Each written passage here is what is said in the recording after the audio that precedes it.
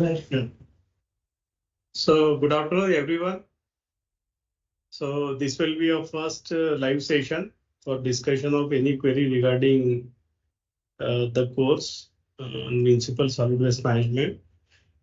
Hopefully, you people have enjoyed the classes right until now, where I tried best to explain you about the basic understanding about waste management, uh, some history in India about waste management issues, and started with a few physical elements.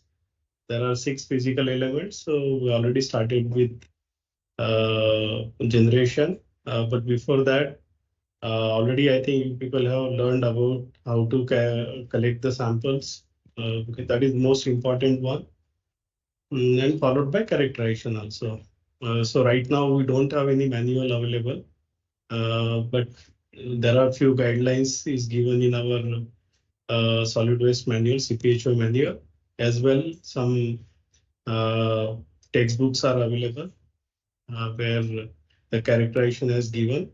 Uh, Especially important characteristics like proximate analysis, ultimate analysis of the waste. So, and I think few of you have already had query sent to you on my the Gmail ID. I tried to explain most of the queries.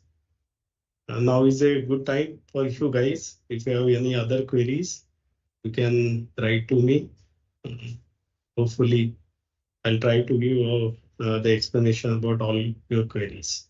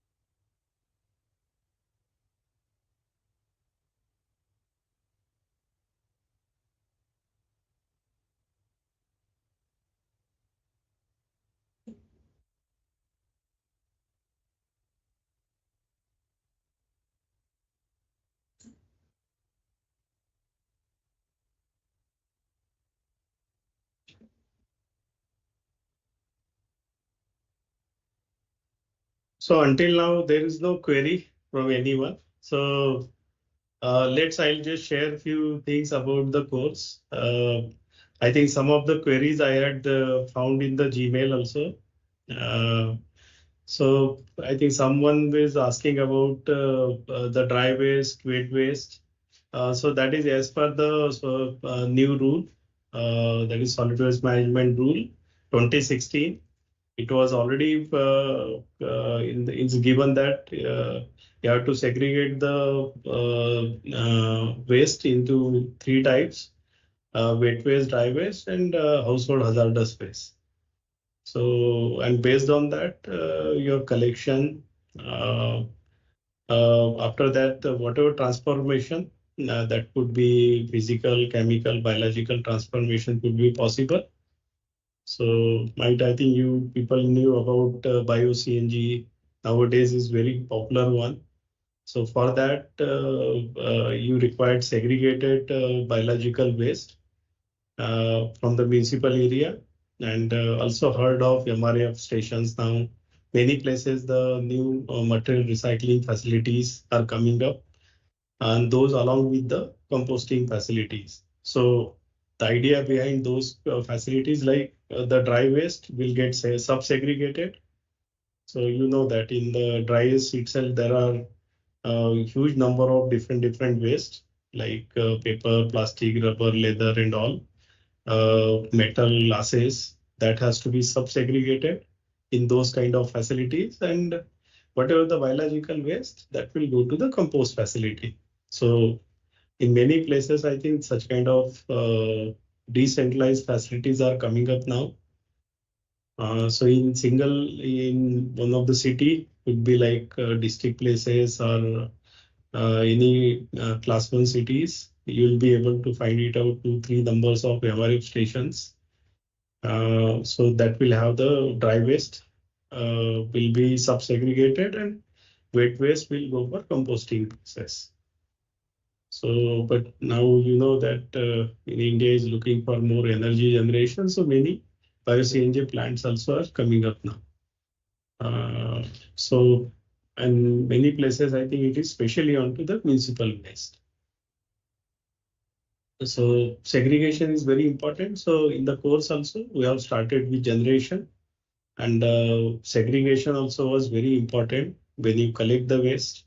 So that's why we have two type of collection: primary and secondary collection system.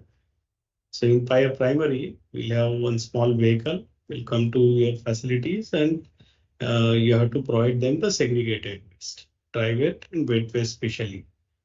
And you will also see in those vehicles either yellow or black color, another locations will be there where this household hazardous waste is getting collected. And that normally that hazardous waste will go to the incineration facility. So most of the cities in India, we have biomedical incineration facility. So such kind of waste also will go to those facilities. Because I think many cities does not have incineration facilities, so they are sending to the biomedical incineration facility. So this is what until now we have studied. Now further classes, I'll explain about the different collection issues. What are the factors affecting on the collection? And now there are different ways of collection also.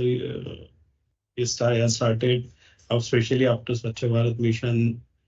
So that we'll discuss, and also further, once the waste is getting collected, then we'll go for the treatment process. So here normally we won't talk on the treatment one. We normally call as in transformation. So now when I say physical transformation means, I think is a mostly recycling is under that physical transformation.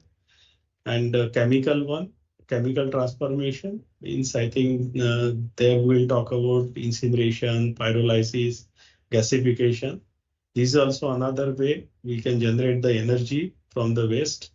So energy could be in any way. It could be in the form of power. It could be in the form of steam.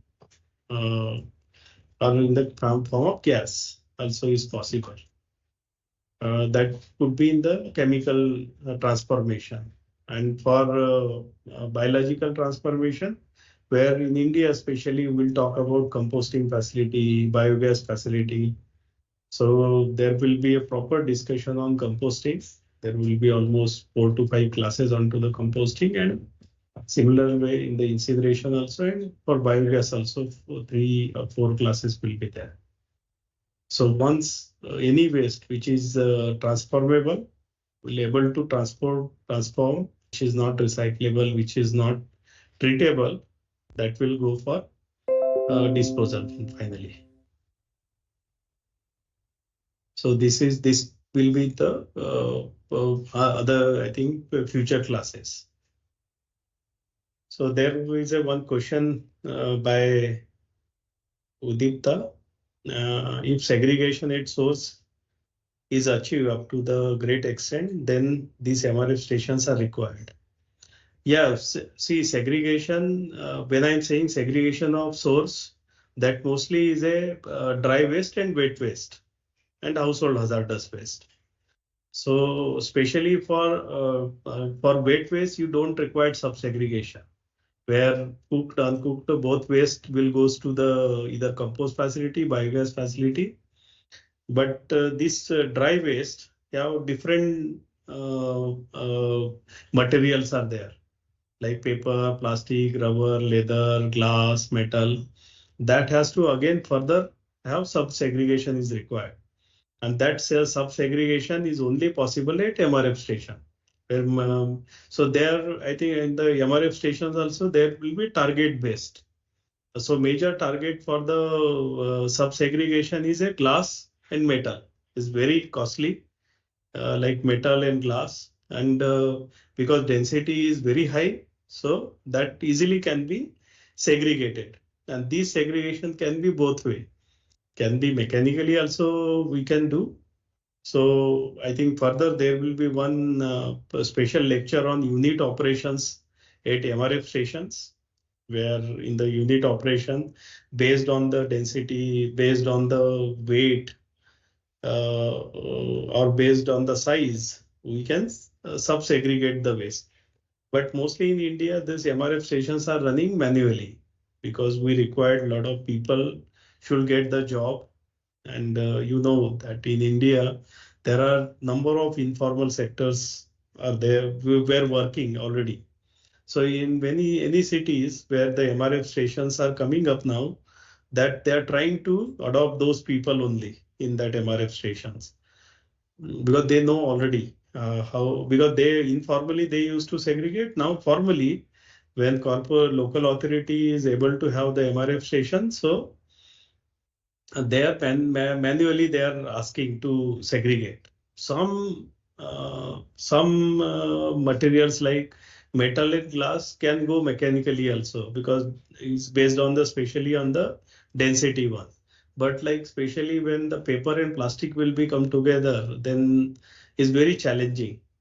And when you say the plastic itself, I think there are only that HDT, HDPE type of plastic only is recyclable. Remaining that like multi-layer plastics or colored plastic, those are not recyclable. So that has to be separated out from the at the MRF station, because it's not goes to the recycling facility. So it's a target based. The MRF stations will be required. But the success of MRF stations is only possible when in that station, if there is no wet waste it should not get received in that station. Only the dry fraction. Then the efficiency of MRF stations is, I think efficiency could be best too. So another question from the same Mudita, like MRF stations received mixed waste, including wet waste. How efficiency of dry waste can be segregated? So same thing I was saying, that if it's a commingled waste or mixed waste, where dry waste, wet waste, so their MRF efficiency will be very, very low. In the lecture, I think I have one or two lectures onto that MRF station, but their operation is mostly for dry fractions only, not for some MRF station, dirty MRF station, they are utilizing for both mix and dry waste. But I think because this kind of facility normally working in the European countries or developed country, where the wet waste concentration only 10% or maximum 20%, whereas in India that goes to 50%, 60%. So in India, mechanical facility won't work well in the MRF station. So the MRF stations segregation will be very challenging when they if the MRF station receiving wet waste. So the efficiency will be very poor in that case, and the condition working at MRF stations will be very poor conditions for those people who are working in the MRF stations. So idea behind having the MRF station for the sub-segregation of only dry fractions, dry waste, not the mixed waste. But at source itself, if it is segregated, still there are 5%, 10% will be always there. But still, I think we can get proper efficiency.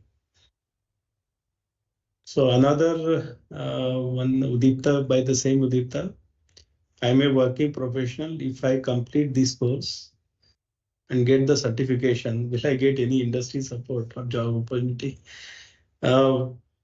Yes, I think there are just Udipta. There are a lot of startups has come up after Swachh Bharat mission. So you just Googled it, you'll get. There are a lot of startups are there, and they were looking for those kind of personals who have already some kind of idea about the waste management. So what was happened actually previously when before Swachh Bharat mission or before 5-6 year where government was not looking onto more projects onto waste management, there I think the success was very poor because people, those who are working in the waste management, they does not have proper awareness. But I think if you get this certificate of this course, so in the job also you'll get some good opportunities. And as per my information, in the government jobs also, you'll get few marks, maybe 3 or 5 marks, if you submit your certification for this course. So I'm hoping that I think, and I am aware also, those who have done this course, who have completed, got the certification, they got good opportunity in lot of industries, solid waste management industries, or some startup companies.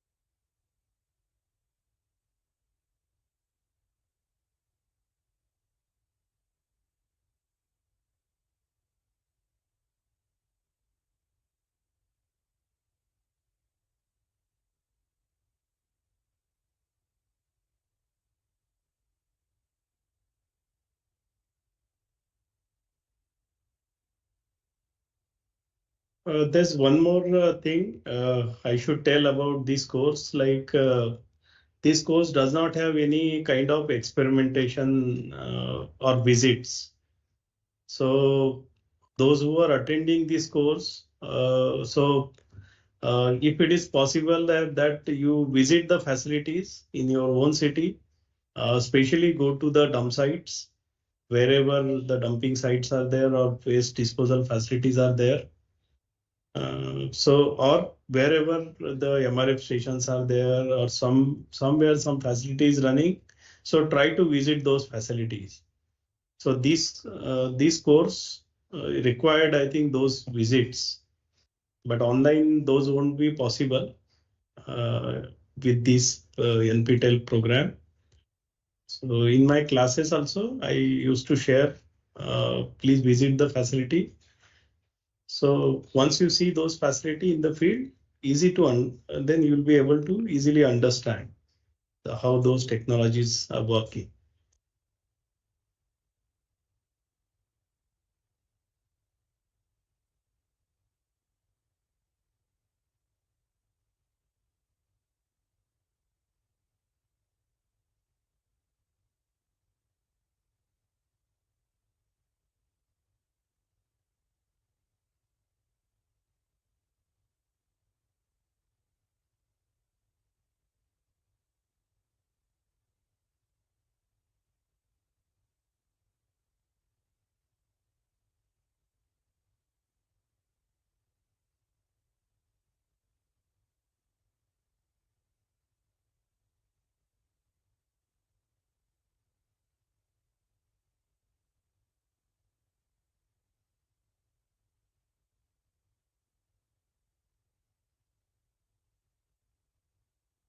So Udipta, I have another question like, which is the best way to process wet waste, composting or anaerobic digestion?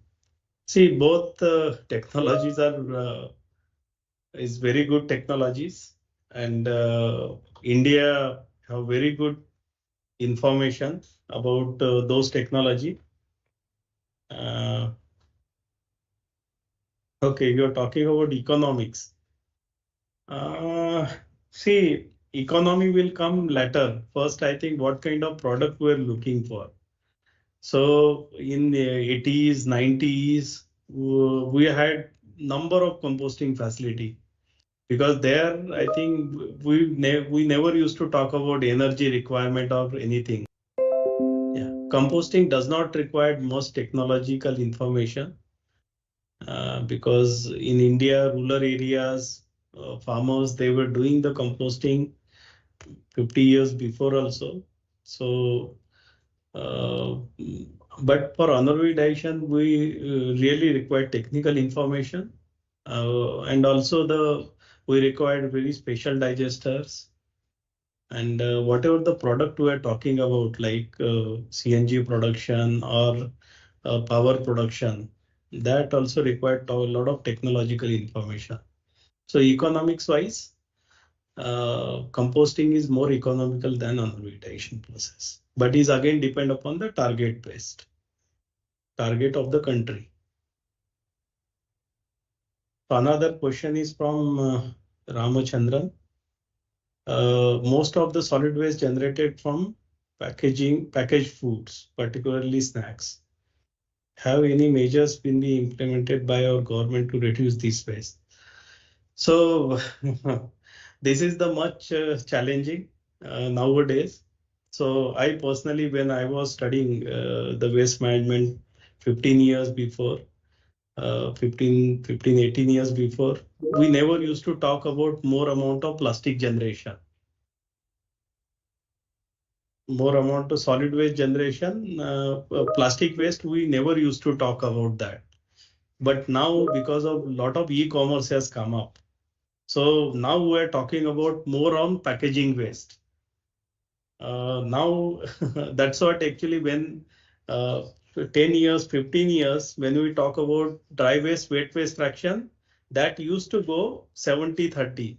So 70 will be wet fraction, 30 used to be a dry fraction. But now when you characterize the waste, it goes to 50-50. So there are some reports are available where they are sharing 50-50, because this 50 food waste has not been reduced, but packaging material, packaging waste, which mostly a paper and plastic, uh, that that has been increased now. So what you are asking, like government, any kind of measures? So right now we don't have recycling facilities of those packaged food.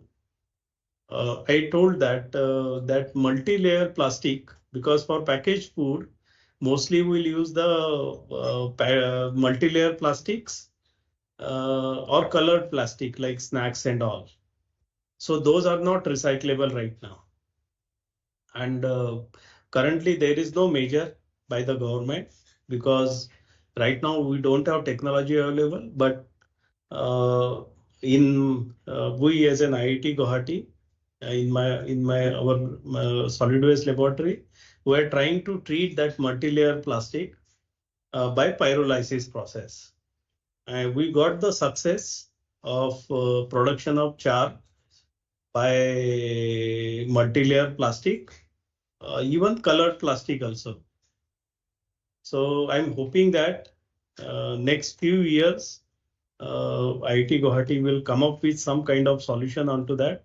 But until now, there is no measure by the government by that. So as I was talking about in the previous one, in MRF facilities also such kind of waste is separated. It never goes to the recycling facilities.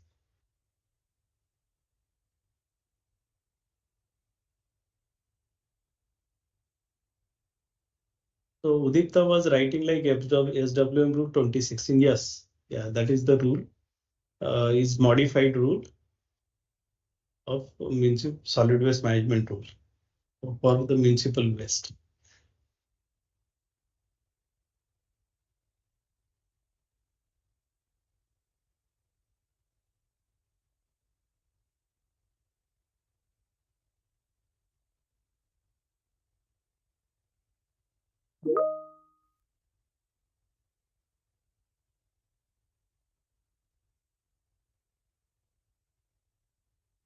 So, Udit, I have another question. Can extend producer responsibility, that EPR, introduced in solid waste management tool, beneficial to reducing solid waste from packaging food item? Yes, you're true. That EPR is there for few waste material. Just I'm giving one example, like that Coca-Cola, they started that EPR. So wherever, I think in many cities they have one collection facilities of their bottles, Coca-Cola bottles. So they are recycling those bottles. So likewise, EPR have started with few waste material, like uh, I think few places also, like few more industry they started the EPR responsibility. So here the very basic idea, like they have the collection facility in particular city, and they will recycle their own waste for few waste only, for few materials. But I think this is good idea. Like if EPR we propose for most of the waste, especially packaged food item or any kind of this multi-layer plastic or colored plastic, then that could be a better one. But right now, for them, as per the rule, we don't have EPR for such kind of waste right now.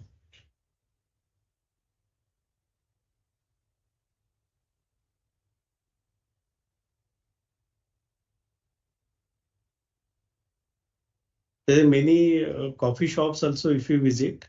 Uh, uh, those coffee mugs also, the company itself, they are collecting, and they are recycling those. So many places, these EPR, they have started, like many industries, they started degradable plastic material, but for packaging food is not possible.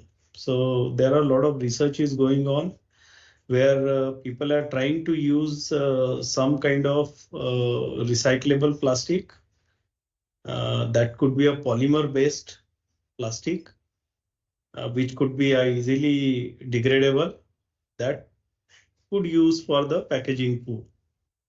But right now we don't have much product based on that polymer-based product. We were hoping that in country in future it will come. So another question by Dept, sir. Why is Indian government now introducing drop-off waste management like other country? What are the challenges? Yeah, even I had shared in the class the many developed countries they have drop-off centers and buyback centers, drop-off and buyback together. So some cities, some product, especially for textile and all, drop-off center is not there, but buyback centers are there, where from the industry itself, if someone is getting that industry, they will give it to someone, some commercially, and you can purchase those products. So what you are asking, what are the challenges? Yeah, there are, I don't think so much challenges are there, but until now, government didn't start any drop-off centers. Because to have the drop-off center, the major challenge which I personally thinking about that, if any country or any city have drop-off centers or buyback centers, so they need to have those technology available. If someone will drop any kind of raw material there or waste material there, so they need to have some recycling facility or any kind of treatment facilities immediately is required. But I don't think so any city have that kind of facilities available. So having drop-off facility could be possible, but no, it is not only the drop-off. You have to treat also that particular waste. So you need to have that treatment facility for that. So I don't aware about any city can take that kind of challenges.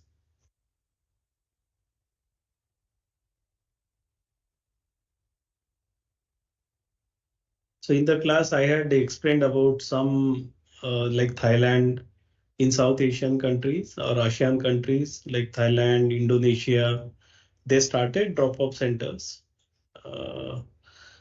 We don't have much literature available for that, but they started, and a few reports says that successfully they were running.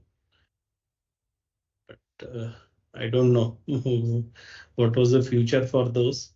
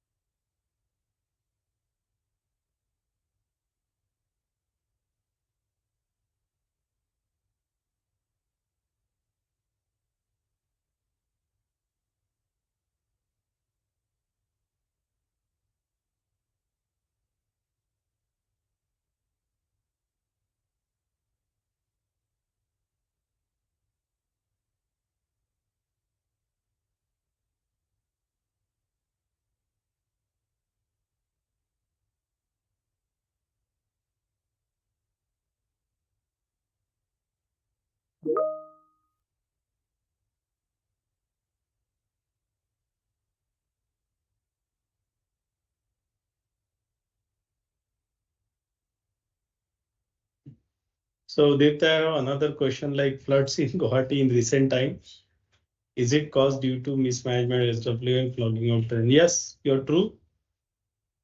I think Udita, you are from Guwahati only. Then you should know those things like most of whatever I think we're calling river, but like in Guwahati there is a Baralu river. I don't think so I don't think so is a river, is a drain. And these drains have not only the waste management is there, waste is getting disposed, especially plastic and all, but also sewage is also getting disposed into that. So at IIT Guwahati, we had collected samples from those areas. Like especially, we had collected water samples from entire Bharalu River, Pashishta River, and many more different wetlands in Guwahati. You will be surprised that we found microplastic in the water body, and I'm really worried about that because this water is getting disposed into the Brahmaputra River. And now Brahmaputra River, because there are number of water treatment facilities are coming, and I'm well aware about that. In those conventional water treatment facility, microplastic is not getting treated. So it's not only the flooding issue in Guwahati because of clogging of drains and all, because of mismanagement of waste management, but also in our drinking water also will be get those microplastic because of mismanagement of especially the plastic and recyclable items.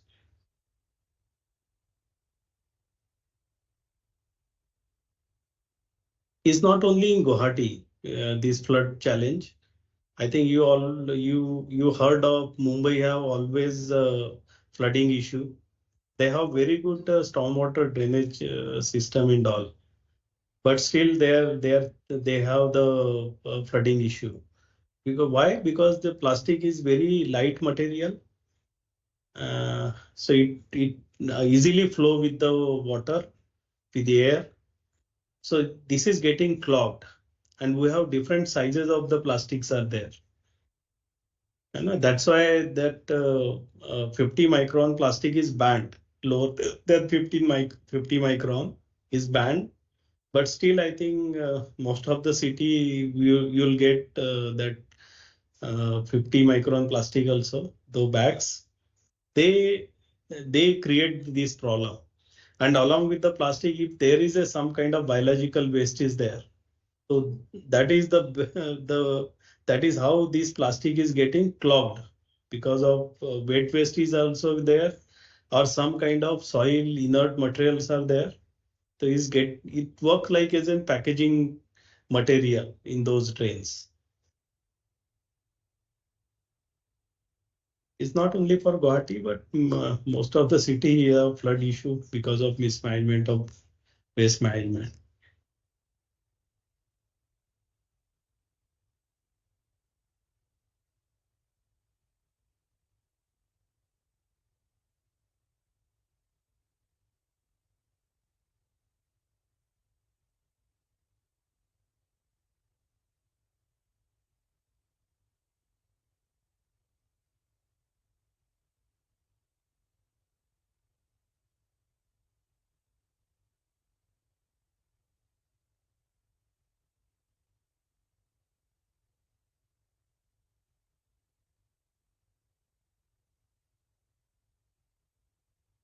So welcome, Udipta. Thank you. You have a lot of queries, and I'm also hoping that you will complete this course.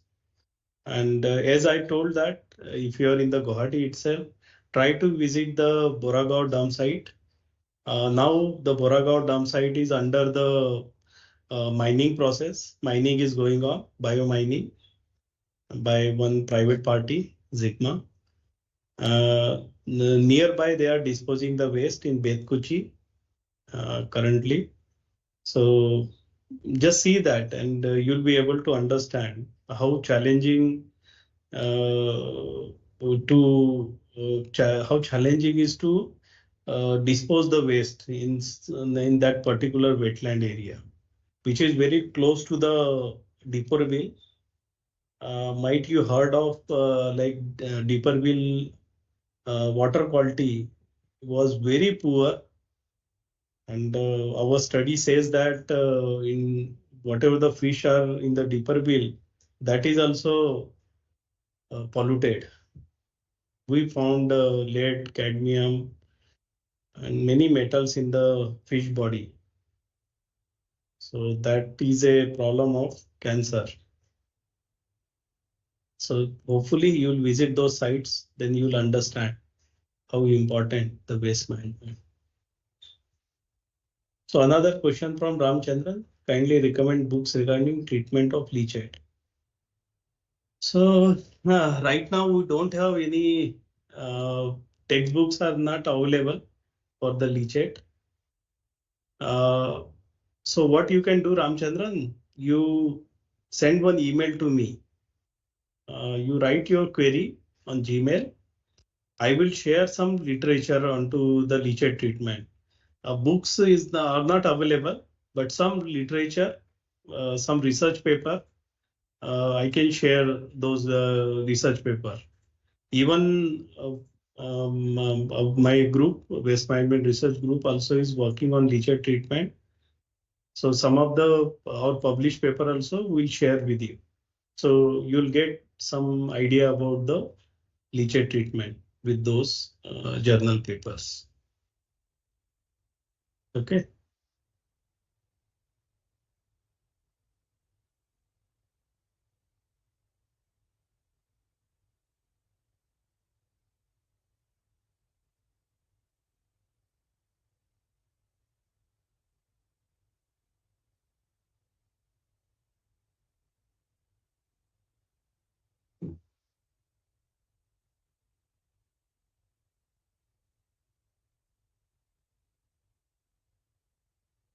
You can find my email ID kaj@iitg.ac.in, or you can send the email on my last name Kalamdhad KALAMDHAD @gmail.com.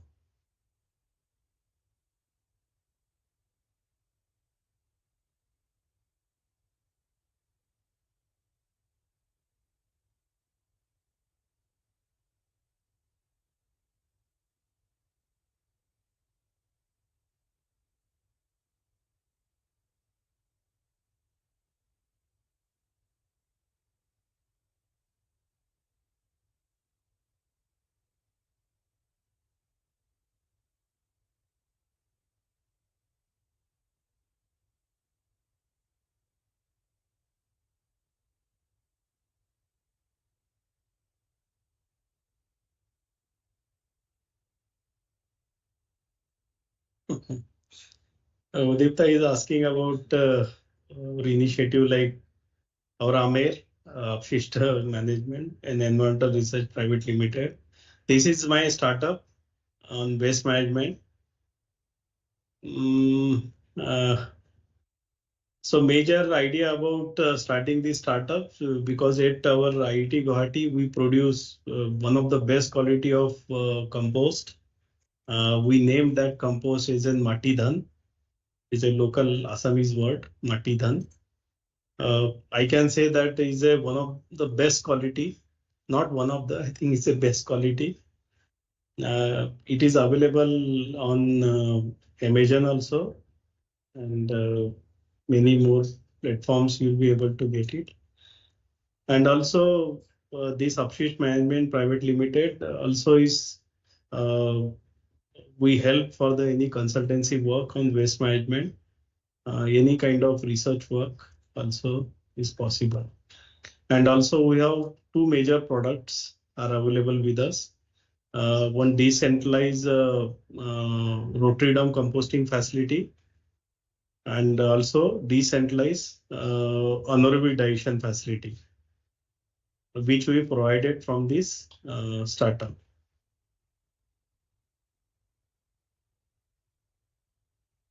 Udita, if you want to have more idea about this my startup, you can Google that company. So you will get the information about that.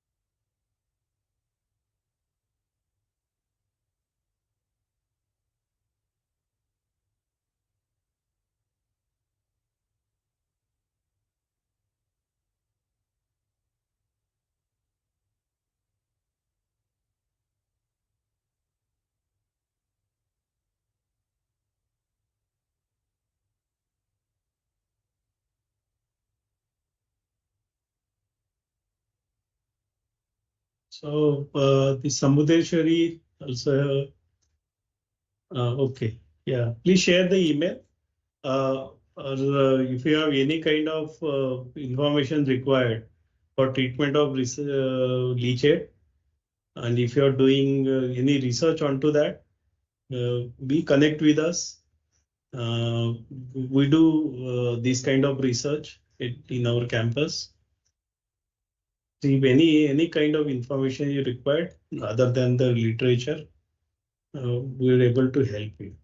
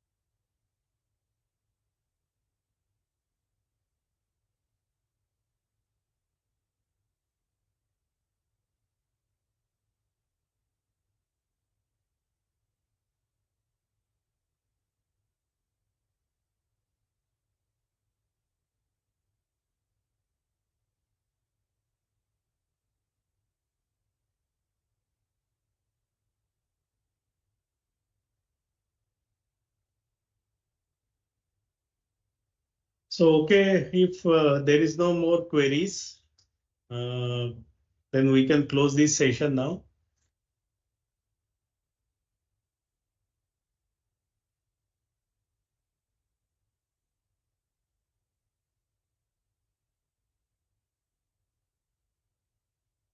So I think we'll meet one more next month once again for live session, and hopefully those who are interested they will join the online these query sessions.